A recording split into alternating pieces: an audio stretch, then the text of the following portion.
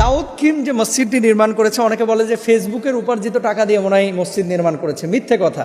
উনি ওখানে উল্লেখ করেছে টাকাগুলো কোথায় পেয়েছে, কত টাকা খরচ করেছে জানেন?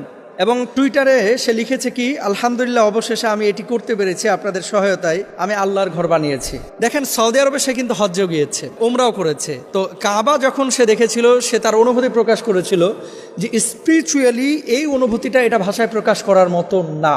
দেখেন, রাসূল আকরাম সাল্লাল্লাহু আলাইহি ওয়াসাল্লাম কি বলছেন, যে ব্যক্তি আল্লাহর জন্য একটি ঘর, মসজিদ ঘর নির্মাণ করবে, আল্লাহ রাব্বুল আলামিন তার জন্য জান্নাতে একটা বালাখানা নির্মাণ করে দিবে।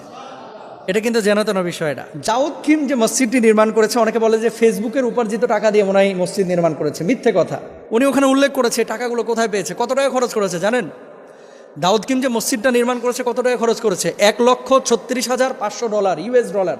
$1,36,500 ইউএস ডলার, তার মানে বাংলাদেশি টাকায় 1 কোটি টাকার উপরে। আলহামদুলিল্লাহ বলেন।